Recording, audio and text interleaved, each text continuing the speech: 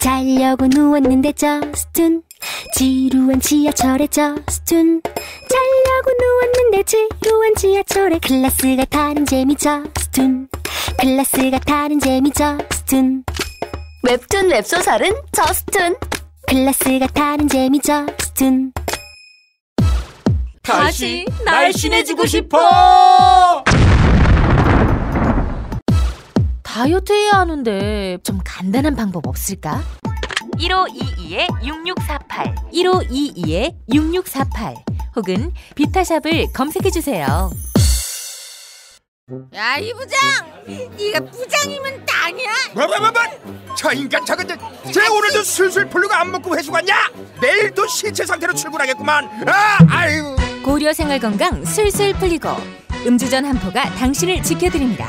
특허받은 천연 유래 성분 숙취 해소제 술술 풀리고를 은하계 최저가로 딴지마켓에서 만나보세요. 한글도 남보다 빨리 깨치고 참 똑똑했는데 갈수록 실력이 뒤처지는 것 같아 걱정이에요.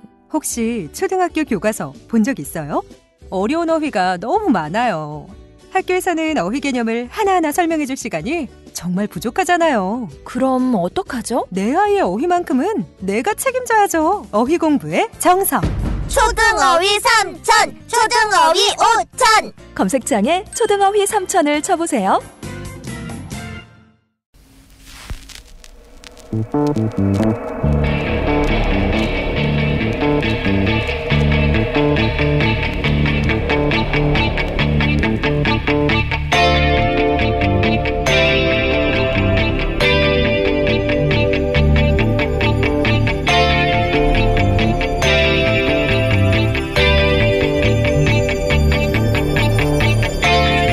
안녕하세요, 김호준입니다. 증세 이야기가 나옵니다. 연소득 5억 이상, 연간 순이익 2천억 이상 재벌이 그 대상입니다. 야당은 연소득 5억 소득세 인상은 표적과세이고 대기업 법인세 인상은 기업 투자를 위축시킨다고 합니다.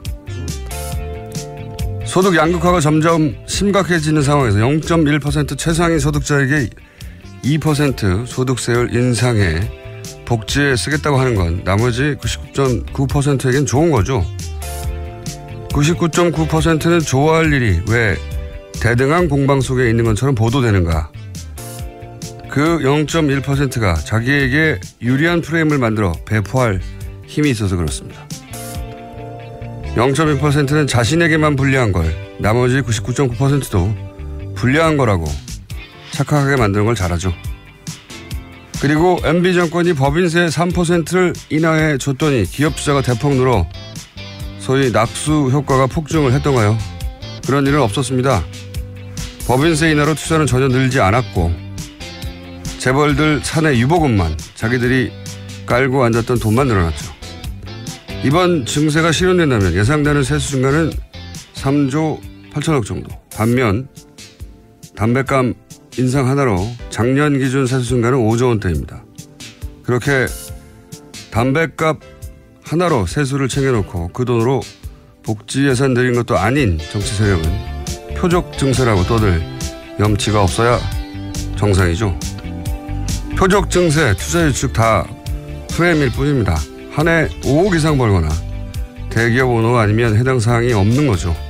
오히려 이 정도의 증세로 과연 계획했던 복지가 가능한 것인가? 진짜 질문은 그겁니다. 김어준 생각이었습니다.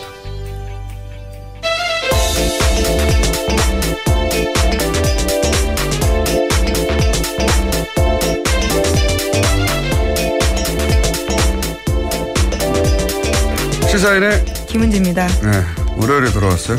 네. 주말에 비가 많이 와가지고 비가 많이 오는 건 좋은데 왜 이렇게 습기가 많은지. 네, 빨래가 잘 안 마릅니다. 빨래만 안 마르는 게 아니고 모든 게 다 축축해요. 자, 뉴스 공장은 뽀송뽀송하게 네. 진행을 해보겠습니다. 오늘 첫 뉴스는 뭡니까? 네, 지난주 토요일 정부 추경 예산안이 45일 만에 국회 본회의 통과했습니다. 11조가 넘는 규모인데요. 정부는 이 가운데 70%를 앞으로 2달간 집중 투입하겠다고 밝혔습니다. 추경안이 통과됨에 따라서 생활안전 분야 7급과 9급 공무원 추가 공채는 다음 달 중순 원서 접수 거쳐서 10월 달에 필기시험이 있습니다. 그렇군요. 이제 여당에서는 이제 공무원 증원을 막았다. 그러니까 혈세 낭비를 막았다. 이렇게 프레임을 잡았고요. 예. 결국 이렇게 45일 지연된 건 이제 여태 최장 지연된 건데, 추경은 어차피 되긴 될 거였어요. 예. 왜냐하면 야당도 다 혜택을 했거든요. 자신의 지역구에서. 근데 이렇게 지연된 이유 중에 하나가 언론 환경인데, 언론 환경 때문에 예를 들면 이 혈세 낭비라고 할 때 사실은 그 대상이 집배원이나 소방관이나 사회복지 공무원이었거든요. 네. 그래서 이번에 무기계약직 집배원들은 공무원 전환이 안 됐어요. 네, 네 빠졌기 때문에 크게 시위도 했었습니다. 네, 지난 소방관 주말에. 증원도 안 되고 이게 무슨 혈세 낭비라고.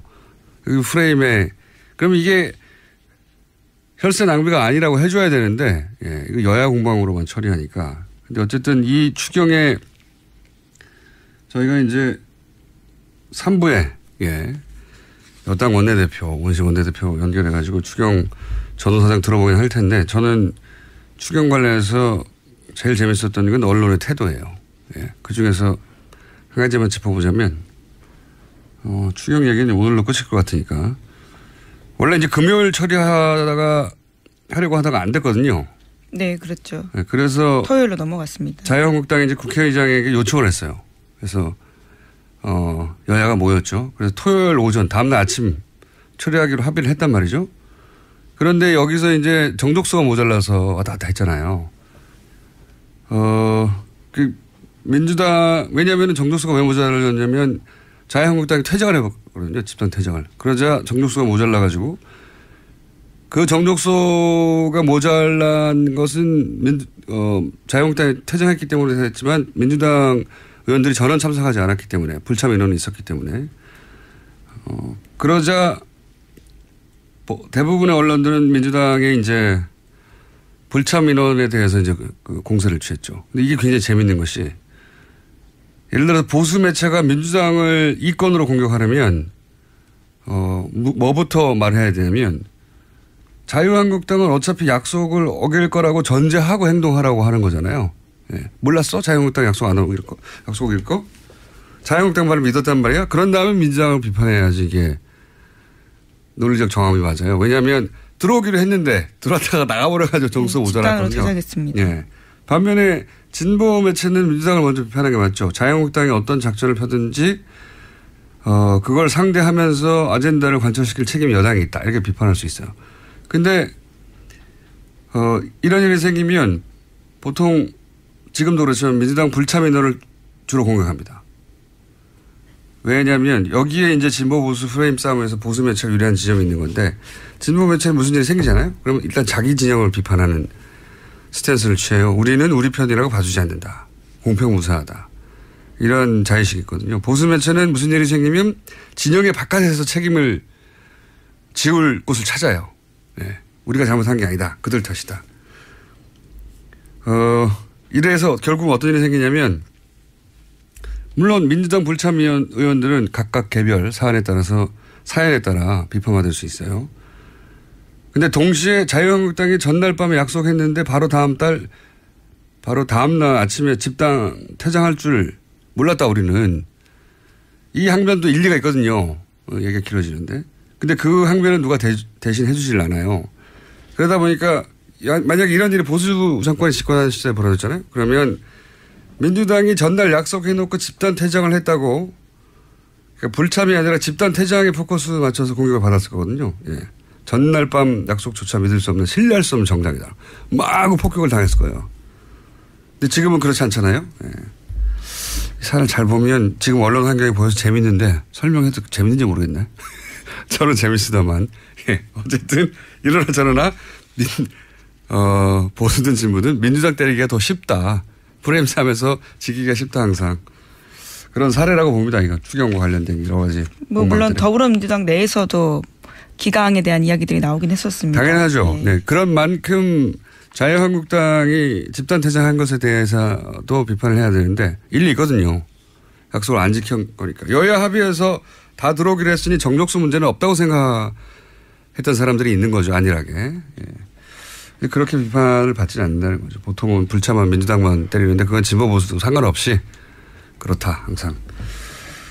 정반대로 보수 정권 집권할 시기였으면 그렇게 공격당하지 않았다. 정반대로 야당이 공격받았을 것이다. 이런 얘기입니다. 자, 다음 뉴스는요. 네, 이재용 삼성전자 부회장 재판 소식 전해드리겠습니다. 지난주 특검팀이 금요일 재판에서 청와대 캐비넷에서 나온 문건 중 일부를 증거로 제출했습니다. 청와대가 삼성 계열사 합병과 경영권 승계 등을 챙긴 정황이 담긴 문건 16건입니다. 특검 쪽에서는 해당 문건을 작성한 청와대 행정관 등을 확인해서 최근 검찰이 조사를 했다라고 밝혔습니다. 또 이재용 부회장 쪽에서 증거 채택에 동의하지 않으면 행정관들을 재판의 증인으로 부를 수도 있다고 말했습니다. 그러니까요. 청와대가 특정 기업의 경영권 승계 가족일이잖아요. 아버지가 아들한테 제가 옛날부터 얘기하지만 삼성의 편법증에는 딴 거 없어요. 세금 아끼려고 아버지가 아들한테 회사 물려주고 싶은데 세금 아끼려다가 벌어진 일이거든요. 이거를 청와대가 왜 걱정을 해줍니까? 네, 경영권 승계를 위해 삼성이 뭘 원하는지 파악해야 한다. 이런 내용이 쓰여있다고 전해드린 바 있습니다. 그리고 뭐 정부 역할이 있다고 그 과정에서 정부가 챙길 걸 챙겨야 된다. 뭐 이런 식의. 기회로 활용해야 된다라는 거죠. 네, 기회가 활용한 정부가 기회로 활용할 게 뭐 있어요. 설사 삼성 경영권 승계를 국가 경제를 위해서 했다고 칩시다. 그렇다고 정부가 기회로 활용할 건 뭐 있습니까? 뭘 챙기자는 거예요.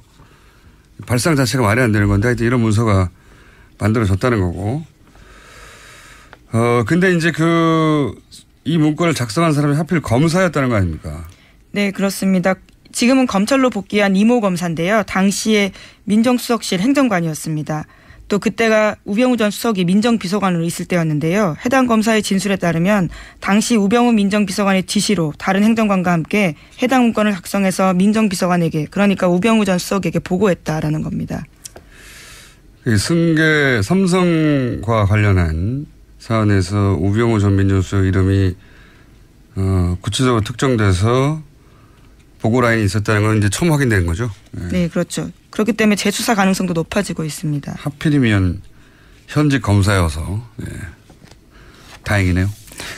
자, 다음 뉴스는요. 네, 또 계속해서 재판 소식 전해드리면요. 지난주 금요일에는 또 박상진 전 삼성전자 사장 운전기사의 문자 메시지가 공개됐습니다. 박상진 전 사장의 운전기사가 김문수 전 대한승마협회 총무이사에게 보낸 건데요. 이 문자에는 이렇게 쓰여 있습니다. 박근혜 대통령이 이재용 부회장 개인 면담을 2번이나 하고 승마협회 상무 이름 직접 거론하면서 다른 사람으로 바꾸라고 한 것 같다라는 건데요. 그러니까 박근혜 전 대통령이 삼성 인사에 구체적으로 개입했다라는 내용이 쓰여 있다라는 겁니다. 이게 보통 제보자가 말이죠. 운전기사가 많아요.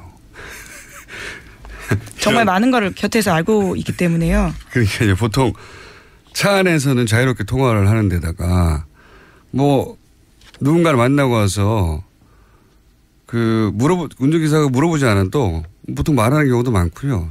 제가 받았던 제보 중에서도 운전기사 제보가 많습니다. 많은데 이건 제보가 아니라 이제 수사 과정에서 운전기사를 통해서 그래서 검찰에서 이런 재벌이나 고위급 공무원들 운전기사가 있거든요. 수사할 때 운전기사 수사를 많이 해요. 정치인들도 그렇고. 근데 이 운전기사의 얘기에 의하면 대통령이 하고 많은 체육협회 중에 규모 면에서 아주 비교할 수 없이 작은 다른 협회와 비하여 승마협회의 특정 인사를 우리나라 1등 재벌 오너하고 의논해서 그 사람 바꾸라고 했다는 거잖아요. 그렇죠. 네. 이름까지 구체적으로 콕 찍어서요. 2사람을 바꾸라고 한 겁니다. 그 2사람을 박근혜 전 대통령이 알았을 리가 있나요? 예, 승마와 관련된 인사들을. 최순실 씨의 요구라고 봐야죠. 네, 실제로 2015년 7월 달에 2사람 만남이 있었는데요. 바로 전날 안종범 전 수석 수첩에도 2사람 이름 쓰여 있습니다. 그러니까요. 예. 그 사람이 승마협회에 가야 승마협회가 원하는 대로 돌아간다는 걸 어떻게 알겠어요. 승마를 한 사람이 아닌데 박근혜 전 대통령이. 이건 최순실 씨의 청탁 오더라고 봐야 되겠죠. 네, 저희 취재한 바에 따라서도요. 박원호 전 승마협회 전무라고 네. 최순실 씨 측근이 있거든요. 핵심입니다. 그 사람이 쓴 문건에 있는 내용과 똑같이 그대로 안종범 전 수석 수첩에 쓰여 있습니다. 그러니까 순서가 최순실, 박원호, 박근혜, 안종범 이렇게 내려오는 거죠. 그렇군요. 그리고 나서 무려 대통령이 이런 특정 아주 작은 체육협회에 인사를 그것도 누구누구를 하라라고 우리나라 1등 재벌 오너하고 요구했고 그걸 하필 그 옆에서 들은 운전기사가 제가 이렇게 운전기사 이걸 어떻게 알겠어요? 이게 당사자에게 문자를 보내준 겁니다. 이제 인사 교체가 있을 거라고요. 그러니까 전해들은 전화 통화를 하면 알겠죠 차 안에서. 예. 운전기사가 이걸 어떻게 알았겠어요? 대통령과 이재용 부회장이 두 번을 만나가지고 승마협회 상무 이름 이렇게 말하면서 다른 사람 바꾸라 한 거를 운전기사가 어떻게 알았겠냐고. 그런 일이 실제로 있었으니까 말했겠죠. 예. 웃기지 않습니까 이거?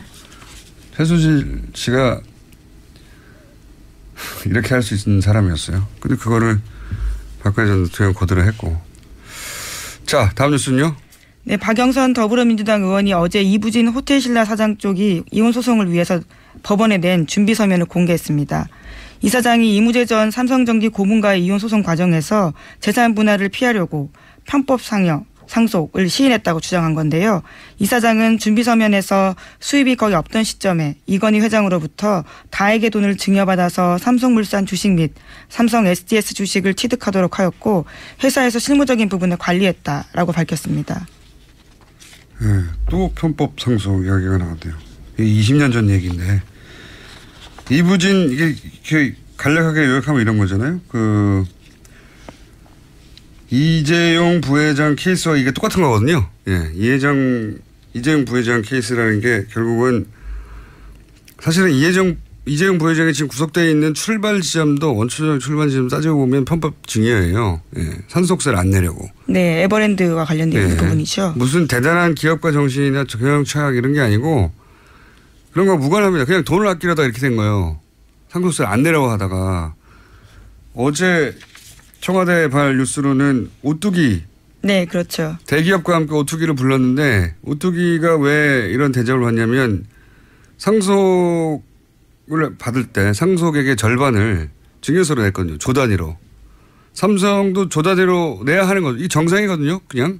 근데 그런 곳이 워낙 없으니까 오뚜기가 그런 대접을 받고 일종의 메시지죠. 네, 오는 27일, 28일에 만납니다. 그러니까 나눠서. 재벌들하고 그 재계 순위에서 한참 떨어지는 중견기업 중에서 유일합니다. 한참 떨어지는 오뚜기하고 같이 부르는 거죠. 그러니까 지금 이 시대에 어떤 가치가 올바른 건가 상징적으로 보여주자는 건데요. 여하간 삼성이 이렇게 꼬인 게 된 거는 세금 안 내려고 그런 거예요. 별거 없어요. 세금 안 내려고. 근데 이번에 이제 부인 이부진 씨가 이혼하려고 하는데 그 돈을 자기가 다 벌었다고 하면 남편한테 줘야 되지 않습니까? 전 남편에게 일부를 부부가 같이 번 거니까. 그렇죠. 예. 그래서 이제 뭘 인정할 수밖에 없었냐면 그 돈은 자신이 번 게 아니다. 그렇죠. 아버지로부터 받았다라는 아버지로부터 받았다. 그런 과정에서 이런 내용이 나온 거죠. 예. 이건 내 노력으로 번 게 아니에요. 아버지가 준 거예요. 예. 그렇게 해서 조 단위의 재산이 생겼다는 거죠. 물론 이게 곧장 편법 상여를 입증하지는 않습니다만은 그런 정황 중에 하나인 건 본인이 이제 자기 입으로 이건 내 돈으로 번 게 아니다라고 했으니까요. 예. 그전에는 이 이재용 부회장이나 또는 자녀들이 잘해서 재산이 증식되어 갔다 이렇게 얘기해 왔는데 그게 아니고 내 돈 내 힘으로 번 게 아니다 이런 말을 할 수밖에 없었죠. 네, 안 그러면 이게 조 단위에서 재산을 떼줘야 되잖아요. 네, 박영선 의원도 어제 그렇게 주장을 했는데요. 결혼 뒤 자기 힘으로 1조 7천억 원 달하는 재산 형성했다라고 하면 돈을 내줘야 되는 상황이기 때문에 그걸 인정한 거다라는 거죠. 그래서 결혼 전에는 수입이 없었는데 아버지로부터 돈을 증여받아서 재산을 형성했는데 증여는 문제가 아니에요. 증여세를 안 내는 게 문제인 거죠. 네, 어제 호텔 신라 쪽 해명도 나오긴 했는데요. 그룹 차원에서 편법 상속은 문제가 없음을 여러 차례 소명했다. 이런 식의 주장을 하고 있긴 합니다. 편법이라고 하는 것과 불법이라는 것과 이제 큰 뉘앙스 차이가 있죠. 법을 어기진 않았다는 거죠. 예. 들여다보면 법을 어긴 부분도 있어요. 그러니까 불법 상속이라고 하는 게 맞긴 한데 그때 당시의 기준으로 법을 교묘히 이행했다. 뭐 이렇게 정도 볼 수 있는데 이게 별거 아니고 돈 때문에 다 일어나는 일입니다. 세금 덜 내려고. 다음 뉴스는요? 네, 국정원 댓글 사건 관련 소식입니다. 검찰은 원세훈 전 국정원장이 2009년부터 2012년 5월까지 주재한 전 부서장 회의 녹취록 제출을 국정원에 요구한 바가 있습니다. 그런데 과거에는 국정원이 보안 문제 있다면서 일부만 제출했습니다. 하지만 최근에 검찰은 국정원으로부터 삭제된 부분까지 모두 복구한 녹취록 받았다라고 합니다. 여기에서 눈에 띄는 부분이 있는데요. 2013년에 제출한 녹취록에 보면 온라인에서 우리 직원들이 종전처럼 하라면서 국정원의 온라인 활동을 아는 것처럼 원세훈 전 원장이 말했다라는 겁니다. 당연히 알았겠죠. 예. 국정원장인데 그 정도 인원이 움직이고 그 정도 예산이 들어가는데 더구나 차기 대권이 걸린 댓글 작업 아닙니까? 국정원장이 모를 리가 없고 국정원장이 이걸 독려했다는 게 지금 문제 핵심인데 오뚜기 증여세는 생각해보니까 조 단위는 아니네요. 규모가. 어쨌든 1,000억 단위였던 걸로 제가 기억하는데 그거 안 내고 싶은 거죠. 삼성에서는. 안 내고 싶었다는 사실 다 안 내고 싶어요. 사실 세금은 안 내고 싶어요. 사람들이. 안 내고 싶은데 어쩔 수 없이 내는 거죠. 근데 안 내고 싶으면 안 낼 수 있는 게 삼성의 힘이었던 거죠. 네, 증여를 안 받으면 됩니다. 증여를 안 받으면 어떻게 안 받습니까? 그럼 세금도 내야죠. 불로소득인데. 그러니까 아버지가 물려주고 싶은데. 아버지가 물려주고 싶은데 세금을 내고 싶지 않다. 이거예요. 자꾸 말하지만. 그걸 뭘 대단한 것처럼 이렇게 국가 경제를 들먹이는지. 다음 순요. 네, 국정원 댓글 사건까지 했었고요. 네. 지금 이제 방산비리 소식도 전해드리겠습니다. 박근혜 정부가 청와대 수석과 장관을 통해서 하성룡 전 한국항공우주산업 사장에 선입하려 했다라는 의혹이 나왔다라는 경향신문 보도입니다. 카이 대주주였던 옛 한국정책금융공사 고위관계자 발언을 경향신문이 보도했는데요. 2013년 3월 초 당시 산업통상자원부 1차관으로 장관 후보자였던 현 자유한국당 윤상직 의원이 있는데 그 사람이 자신에게 갑자기 전화가 와서 카이 사장 바꿔야 한다면서 하성룡 전 사장을 콕 집어 얘기했다라는 겁니다. 뿐만 아니라 2013년 4월 말에는 조원동 경제전 수석이 정부 뜻이라면서 하성룡 전 사장을 카이 사장에 선임해달라고 했다고 합니다. 이 뉴스에서 재밌는 거는 초반에는 조원동 경제수석이 몰랐다는 거죠, 이 사실을. 네, 그 관련해서 물어보니까 윤상직 의원 전화를 받고 물어봤을 때 이렇게 이야기했다고 합니다. 윤 의원이 오버하네, 내가 알아볼게요. 이렇게 이야기를 했는데 그 이후에 상황을 알아본 다음에는 정부의 뜻이다라고 이야기했다는 겁니다. 경제수석도 모르는 정부의 뜻이 누구겠습니까? 네, 경제수석 위에 대통령인데 대통령의 뜻인 거죠. 네. 그거를 대통령 뜻이라고 할 수 없으니까 정부의 뜻이다라고. 경제수석도 모르는 인선이었던 거죠, 이게. 인선이었던 건데, 박근혜 전 대통령과 서강대 동기동창이라는 이유만으로 임명됐는가. 그 방위사업청장. 예. 아, 그건 방위사업청장이죠. 예, 예. 참. 방위사업청장과 이 카이 사장님과의 관계가 또 있는 거죠. 예, 예. 왜 이분이 발탁됐을까? 무슨 거액의 정치자금 얘기도 하는데, 그게 참 궁금합니다. 예. 최초에 이분을 선임하고 그리고 그게 비리가 있는데도 불구하고 계속 밀어준 이유. 그게 이제 언론 보도로는 연임노비라고만 표현하는데 예, 예. 자신이 연임하려고 이 돈을 다 써버렸으면 연임할 이유가 뭐가 있습니까?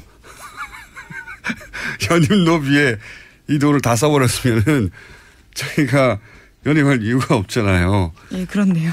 네. 연임노비 밖에 지금 생각이 안 나서 연임노비라고 하는 것 같은데 연임노비만 있었을 리가 있나요? 어쨌든 이 사안은 이제 계속 나오겠죠. 예. 100억 이상 비자금 뭐 이런 얘기 나오죠? 네, 검찰발로 나오고 있는데요. 최소 100억 원 이상의 비자금으로 쓰인 것으로 보인다라는 거고요. 또 뿐만 아니라 카이 요구로 리베이트 수십억 송금했다라는 진술도 용역업체 대표에게 받았다라고 합니다. 이게 참 재밌는 게 정말 대담했어요. 처남을 통해서 페이퍼 컴퍼니를 하나 챙겨놓고 그 페이퍼 컴퍼니로 이 돈을 다 받았다는 거잖아요. 예, 그렇죠. 네. 멀리 간 것도 아니에요. 처남. 네. 그리고 조금 부족한 회사지만 그래도 경력이 있다도 아니에요. 페이퍼 컴퍼니. 네. 직원이 한 명이었다고 하니까. 네, 그렇죠. 글로 돈을 다 받았다는 겁니다. 이런 무식하고 단순한 방법을 용감하게 실행에 옮겼는데 이런 단순하고 무식한 방법으로 했다는 건 그만큼 자신이 있었다는 거 아니겠어요? 예. 무슨 자신이었을까? 예. 뒷배가 누구였을까 궁금합니다. 어쨌든 이렇게 단순하게 하는데도 사정당국이 몰랐다는 것도 좀 말이 안 되는 것 같고요. 예. 자, 방산비리는 앞으로 계속 나올 것 같고요. 지금 시간이 거의 다 됐기 때문에 제목 정도만. 네. 트럼프 미국 대통령이 러시아 스캔들에 관련해서 셀프 사면 언급하면서 또 거센 역풍을 맞고 있습니다. 이 얘기는 뭐냐면 예, 탄핵 얘기가 나오니까 자신한테 사면권이 있다. 그렇죠. 미국 대통령은 사면에 관해 완벽한 권한을 갖고 있다. 사면을 생각해보면 어떠한가라고 자신의 트위터에 올렸다고 합니다. 너무 재밌지 않습니까? 대통령 탄핵 그리고 측근들 가족에 대한 러시아 내통한 혐의가 나오니까 자기가 셀프로 사면하겠다는 이야기를. 야, 대단하지 않습니까? 상상력이? 창의적인 것 같습니다. 대단한 사람이에요. 예. 자기 중심성이 대단합니다. 정말. 모든 사안을 자기 중심으로 해석해서. 근데 이 사람이 전 세계에서 가장 힘 있는 자리에 있으니까요. 자, 오늘 여기까지 해야 될 것 같습니다. 시사인의 김은지였습니다. 감사합니다. 모닝똥? 제겐 사치였죠. 내가 토끼인지 토끼똥이 나인지 내가 변을 본 것인지 변을 당한 것인지 나는 바나나이고 싶다. 간혹 구렁이이고도 싶다. 미궁 대장사랑 빅똥의 추억 미궁 대장사랑이 찾아드립니다. 혈중 콜레스테롤 개선과 배변 활동에 도움을 주는 건강기능식품입니다. 검색창에 미궁 대장사랑. 미궁 장사랑 이름 바꿨어요. 프로바이오틱스 12종 추가. 미궁 대장사랑. 골반 잡자 바로 잡자 바디로직. 허리 통증 바로 잡자 바디로직. 2017년 쿨 썸머 바디로직 라이트 출시. 통기성이 좋아 땀 걱정 없이 한여름에도 쾌적하게. 입은 듯 안 입은 듯 가벼움의 신축성은 그대로. 자세가 좋아지는 골반 교정 타이즈 바디로직. 검색창에 골반 교정 바디로직 라이트. 아무도 묻지도 따지지도 않고 가입하셨다고요? 보험은 너무 어려워요. 걱정 마십시오. 마이보험 체크가 도와드립니다. 1800-7917 마이보험 체크로 지금 전화주세요. 1800-7917. 이미 가입한 보험이나 신규 보험도 가장 좋은 조건을 체크해서 찾아드립니다. 인터넷 한글 주소 마이보험.com 또는 카카오톡에서 아이디 검색 마이보험을 친구 추가하여 상담하실 수 있습니다.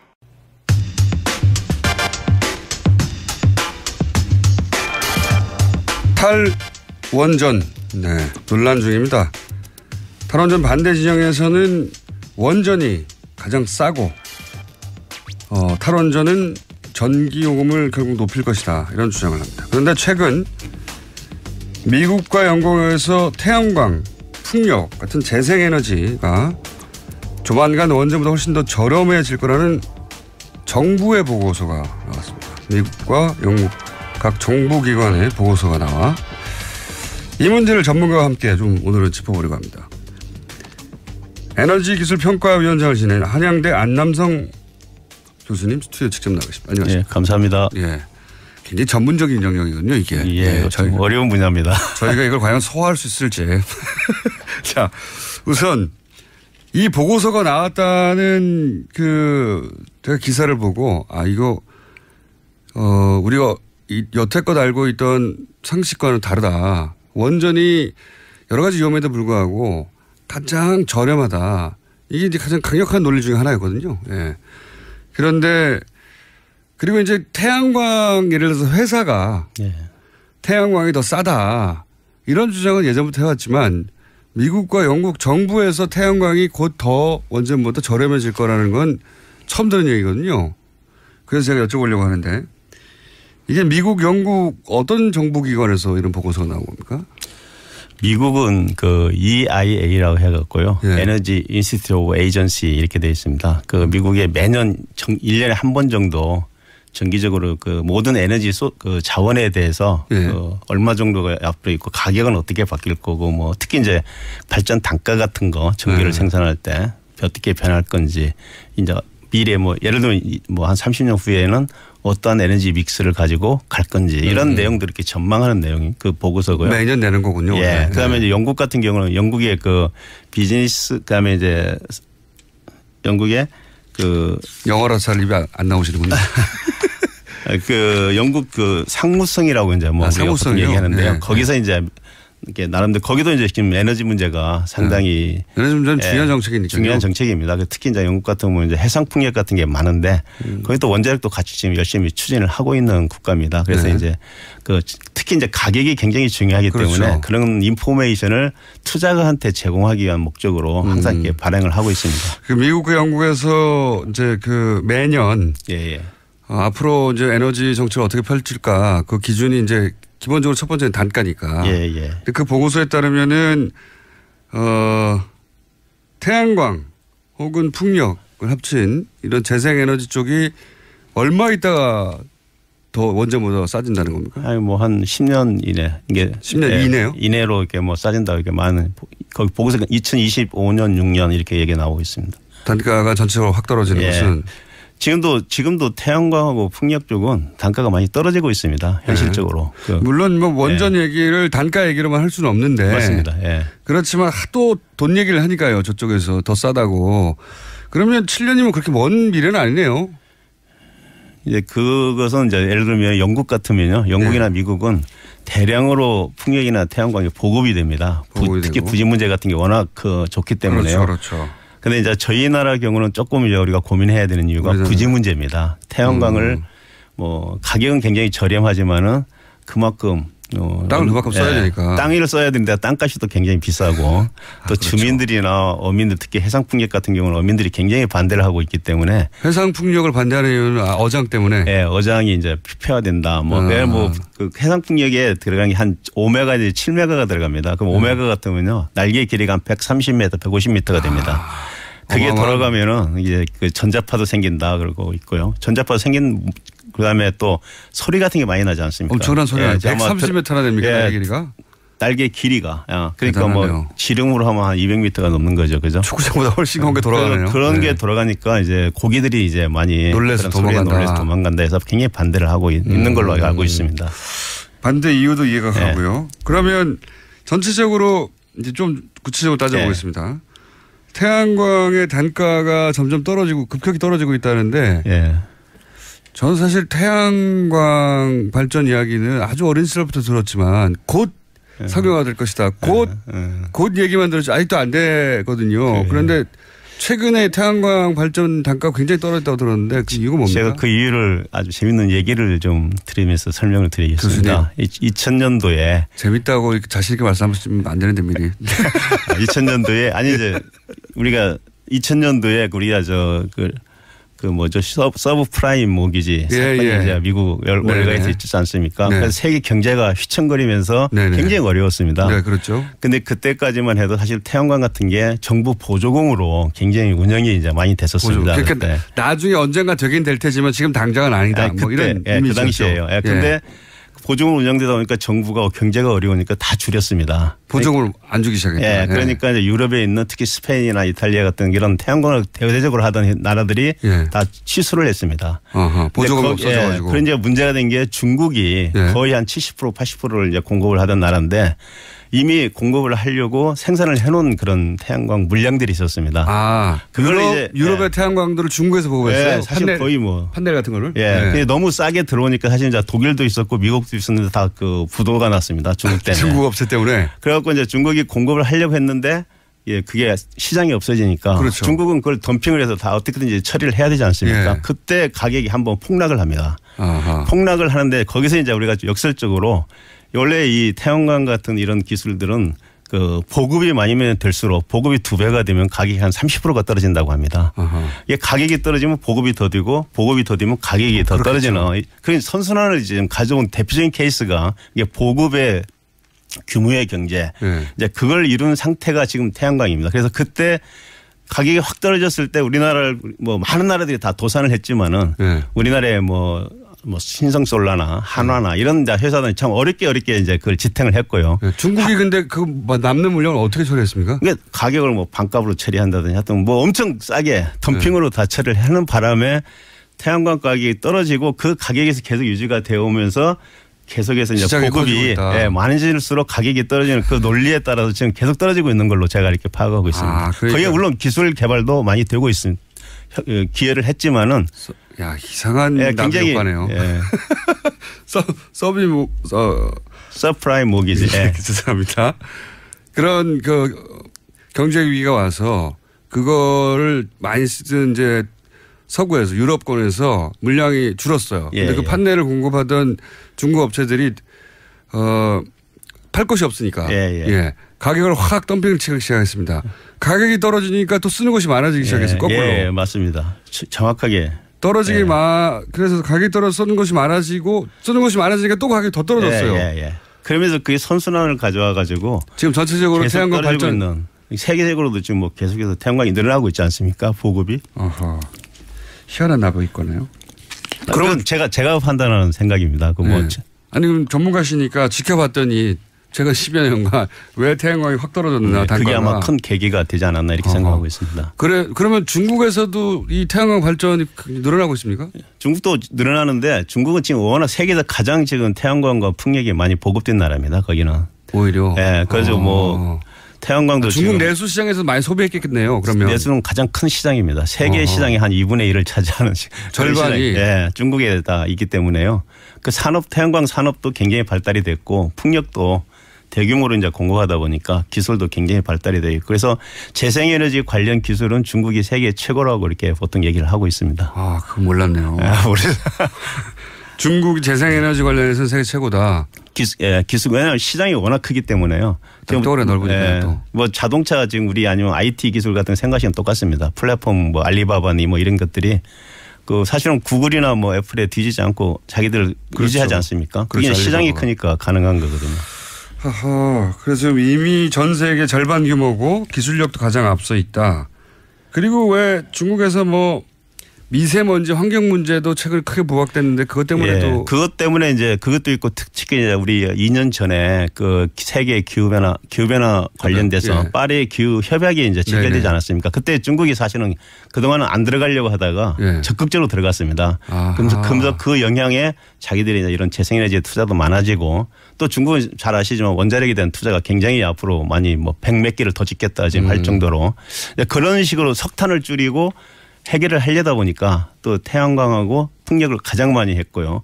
그다음에 또 뭐 원자력도 이제 그 하지 않으면은 해결할 수 없다 이렇게 생각하고 있는 것 같습니다. 그렇군요. 그래서 의외로 중국이 지금 재생에너지 분야에서 전 세계 1위고 세계 절반 시장. 거의 그렇습니다.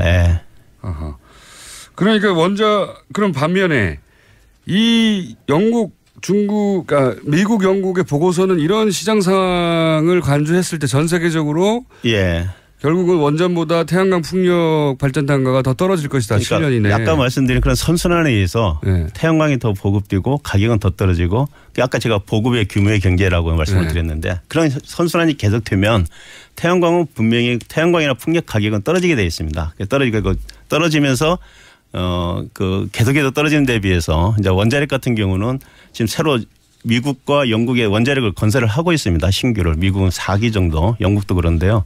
그런 원자로들이 실제는 이제 예전에 했던 원자가 아니고 새로운 원전입니다. 좀 안전성 같은 걸 강화한. 그러다 보니까 이제 굉장히 비용이 비싸지고 특히 규제기관이 새로운 규제 사항이 많이 생기지 않겠습니까? 그게. 그러니까 건설 기간 봤으니까요. 새로 해보는 거니까 그래서 규제 기간이 길어집니다. 거기는. 그러면 이제 원자력 발전소 같은 경우는 이게 초기에 투자하는 투자비가 굉장히 큰 포션을 차지하기 때문에 한 전체 발전 원가의 60%, 70%를 차지합니다. 초기에 투자하는 게. 개발할 때. 개발 건설비가. 건설비가 이 건설 기간이 늘어난다는 것은 이자가 엄청 늘어나게 되는 겁니다. 그래서 그게 이제 가장 결정적으로 보고 있는 것 같고요. 또한 이제 아까 말씀드린 그런 규제 문제의 그 어떤 불확실성을 같은데 그걸 고려해 주는 게 할인율이라는 이제 팩터가 들어가는데요. 그것을 높게 잡지 않았나 이렇게 생각하고 있습니다. 그러니까 원자력 발전 비용은 원전으로 인한 우리가 사고를 전 세계가 봤기 때문에 원전을 지으려고 하는 쪽에서는 안전 규정을 훨씬 더 강화하고 있고 예, 예. 그러다 보니까 건설비가 올라가게 돼 있고 그래서 예. 원전을 다른 이유로 찬성하는 건 모르겠는데 더 싸서 찬성하는 이유는 이제 앞으로 사라지게 될 것이다 점점. 그건 이제 뭐 두고 봐야 되는데 우리나라 같은 경우는 또 조금 다릅니다. 우리나라에서 지금 현재 건설하려고는 원전은 이미 신고리 3, 4호기에 건설이 됐고요. 예. 지금 5, 6호기도 사실 같은 노형이고요. 예. UAE에도 똑같은 이제 원전이 이미 예. 수출이 돼서 아까 지금 규제의 어떤 불확실성 같은 건 상당히 그런 데 비해서는 이제 다른 작다. 적다. 근데 이제 앞으로 이제 뭐 사용 해결료 관리라든가 예. 이런 것에 대한 물론 비용이 현재는 반영이 돼 있지만은 예. 앞으로는 이제 그걸 하나하나 이렇게 다 평가를 할 겁니다. 할 때 이제 사실은 거기에 대해서 어떤 불확실성이 있기 때문에 올라갈 가능성은 있다 이렇게 말씀을 그런 드릴 수 얘기도 있습니다. 하더라고요. 원전이 이제 수명을 다하고 그러니까요. 예. 예, 그 이후에 처리한 비용을 왜 빼냐. 지금 현재 저희가 그 원전의 그 가격이 제가 포함된 걸로 알고 있는데요. 그 양이 그 가격이 적정한 가격이냐 아니냐에 대해서 좀 논란이 있습니다. 이제 반대하시는 분들은 굉장히 너무 적게 잡혔다. 마지막에 찬성하시는 분들은 뭐 충분히 들어가 있다. 이렇게 얘기를 하고 있는데 그건 아직도 뭐 실제 이제 뭐 가봐야 아는 그런 내용이기 때문에. 알겠습니다. 그 부분은 그 부분대로 하나의 논쟁거리인데 제가 이제 그럼 원전 아니면 뭘 할 거냐라는 질문을 당연히 하게 되거든요. 그런데 재생에너지가 뭐 7년 정도면 단가가 원전보다 더 싸진다고 하면 그건 이제 미국의 경우에 영국 미국 보고서인데 우리는 어떻게 될지 아직 모르겠습니다만은 그러면 7년이면 사실 금방이거든요. 네, 금방입니다. 지금 준비해야 되는 거거든요. 그럼 우리나라 상황 어떻습니까? 예를 들어 제가 가장 머릿속에 태양광 하면 떠오르는 게 주택에 태양광 판넬 설치해가지고 개인적으로 각 가정에서 전기세를 그걸로 감면받거나 혹은 실제로 많이 생산해서 팔기도 하는. 근데 그게 성공적이지 않았잖아요 그동안 그다지. 예, 근데 이제 그게 사실 이제 특히 재생에너지 같은 걸 이렇게 보급을 확대하려면 정말 그 고도의 전략이 필요한데요. 전략이요? 잘 아시다시피 뭐 그동안 이제 우리나라 같은 경우는 이제 97%를 해외에서 수입하지 않습니까? 네. 그 에너지 자원을. 그러니까 그걸 추진하고 있는 정책을 추진하는 분들이 볼 때 우선 안정적으로 이렇게 그 값싼 걸 갖다가 국민들한테 공급을 해야 되는 게 처음에는 원인이었고 자기들의 이제 어떤 의무라고 생각을 했고요. 또 태양이나 뭐 풍력 같은 경우는 양이 적지 않습니까? 우선 생산할 수 있는 양이 너무 적다. 이걸 조금 그 하는 것도 상당히 그 비용이 많이 들어가는 그런 이제 것 때문에 사실 무시당하다시피 그래서 뭐 지금 뭐 태양광 같은 경우는 1%도 안 되지 않습니까? 전체. 그렇게 해왔는데 이제 중국은 얼마나 커버하고 있습니까? 이 재생에너지로? 재생에너지로 그렇게 많이 해도 뭐 그것도 한 3, 4%밖에 안 됩니다. 3, 4%요? 워낙 거기는 전체가 크기 때문에요. 그렇죠. 그런데 3, 4%를 했더니 전 세계 절반이 됐다는 거죠? 그 정도 그런 거죠. 우리는 1%도 안 되고 그러면 이제 저렴해지고 있습니다. 저렴해지고 있고 이 시장이 결국은 조만간이라는 게 7년인지 10년인지 모르겠습니다만 어쨌든 생각보다는 빠른 시간 내에 굉장히 경제성도 아주 좋아질 거라고 기술적인 관점에서는 그렇게 예상되는데 우리가 이거를 그러면 적용할 수 있는 가능성은 어떻습니까? 전문가 보시기에. 그래서 아마 이번 그 문재인 정부에서 우리가 2030년까지 신재생을 20%를 하겠다 이렇게 이제 사실 그 공약을 내세우고 지금 추진을 아마 제가 하는 걸로 알고 있습니다. 그 이유가 이제 아까 같이 그 태양광이나 풍력의 가격이 이렇게 급속도로 떨어지는 걸 이제 인지를 하신 것 같고요. 그럼 지금부터 준비해야 되지 않습니까? 지금 준비를 이제 시작하겠죠. 이제 정부가 시작이 됐으니까. 그게 가격이 떨어지면서 뭐 예를 들면 이제 문제는 아까 말씀드린 그런 부지 문제. 그걸 어떻게 해결할 거냐가 이제 앞으로 산업부나 환경부나 이런 정부 기관들이 새만금처럼 크게 간척해서는 안 됩니까 그거? 새만금에 해도 좋다고 하는 분들도 있습니다. 근데 그게 이제 사실은 이 전력 산업, 에너지 산업을 담당하는 데는 산업부입니다. 새만금을 담당하는 데는 농촌진흥체인가 뭐 그렇습니다. 농림부.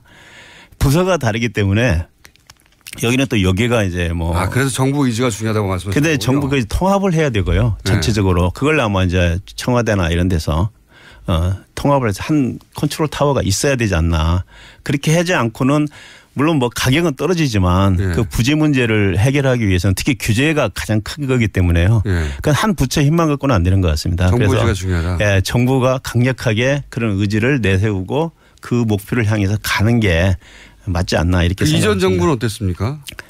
최근 이명박 박근혜 정부. 예, 이명박 정부 때는 사실 잘 아시다시피 녹색 성장이라 해갖고. 녹색이에요. 그때 처음으로 이제 사실은 뭐 태양광, 풍력 뭐 이런 것들이 이제 사실 그 전까지도 거의 뭐 잊혀졌던 건데 그래도 이제 수면 위로 올라왔는데 그 당시만 해도 가격이 굉장히 비쌌습니다. 태양광도 비쌌고 가격이.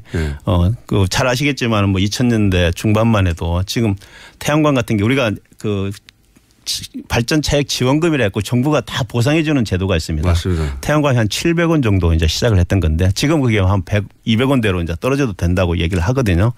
워낙 비쌌기 때문에 그리고 소량이고 그때는 또 이제 원자력이 또 하나 들어가 있지 않습니까? 녹색 기술에. 녹색을 원자력으로 한 건 정말 웃겼어요. CO2를 발생하지 않는다는 이제 그런 이제 명목으로 이제 시작이 됐던 거고요. 하여튼 그래서 폐기물이 나오지 않습니까? 어쨌든. 예. 그래서 태양광 거기에 대한 그 하여튼 굉장히 나름대로는 노력을 했는데 기술 개발에도 투자 굉장히 많이 했습니다. 사실 이제 저희 에너지 기술 평가원도 그때 그걸 이제 연구를 한 걸 지원하라고 만들어진 그런 기관이었습니다. 그런데. 근데 이제 문제는 아까 시장 문제 뭐 규제 문제 이런 것들을 해결을 못한 거 아닌가. 그러니까 그 굉장히 정부 의지가 강해서 전체적으로 통과라는 컨트롤 타워가 있어서 그 문제를 해결해 가야 되는데. 그때는 있었습니다. 그때는 있었다. 그 기후변화 수석이라 청와대 안에 있었는데도 그 뭐 녹색 성장위원회 그런 것도 있었고요. 그래가지고 근데 이게 부서 간에 이게 제 생각은 그렇습니다. 부서 간에 그게 잘 안 됐고 또 가격이 굉장히 비싸다 보니까 보조금이 많이 나가게 되고. 박근혜 정부 때는요? 박근혜 정부 때는 이제 크게 뭐 그 분야에 대해서는 관심이 없어요. 관심이 없다는 것보다는 일단은 뭐 잘 아시겠지만 녹색이란 말을 거의 사용하지 않을 정도로 좀 우리나라 좀 그렇지 않습니까? 정권이 이렇게 바뀌고 하면은 전 정권이 사용하던 그런 걸 사용하지 않는. 단어는 아니더라도 이 재생에너지에 대한 관심이나 투자는 어땠습니까?